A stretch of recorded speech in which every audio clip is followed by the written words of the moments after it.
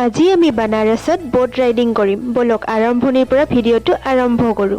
আজি আমি boat ride কৰিম আৰু এইবোৰ খানা আহি গ'ল, এইবোৰ খাই দাই এতিয়া যাম অলপ পিছত। এয়া যাবলৈ ওলালো গাইজ বোট ৰাইডত, আৰু এয়া ৰুম লক কৰি আছে বায়ে।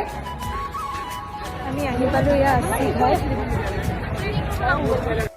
বোট ৰাইড কৰিবলৈ গ'লো ঠিকেই, কিন্তু তাতে ইমানেই ভিৰ আছিল, শেষত বহুত সময় অপেক্ষা কৰাৰ পিছত ফাইনেলি আমি বোট ৰাইড কৰিব পাৰোঁ এটা ধুনীয়া এফৰ্ডেবল প্ৰাইজত। আৰু আমি একেবাৰে নমঘাটলৈকে মুঠ 84টা ঘাট ধুনীয়াকৈ নাৱৰ পৰাই দেখিলোঁ। নাৱৰ পৰা ঘাটসমূহৰ দৃশ্য চাই ইমানেই ভাল লাগিল, সঁচাকৈ এনেকুৱা দৃশ্য যে কাহানিও দেখা নাছিলোঁ। কিছুমান প্লেচ কেৱল আমাৰ মেমৰিজত নহয়, আমাৰ হৃদয়ত সদায় অংকিত হৈ থাকিব।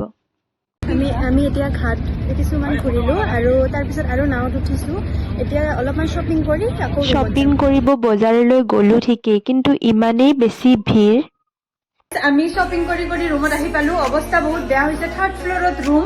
উঠোতে মানে কঁকালৰ বিষ হৈ গৈছে। নাই হোৱা তথাপি জছত আছো। হৰ হৰ মহাদেৱ, হৰ হৰ মহাদেৱ। আৰু বাই গাইজ।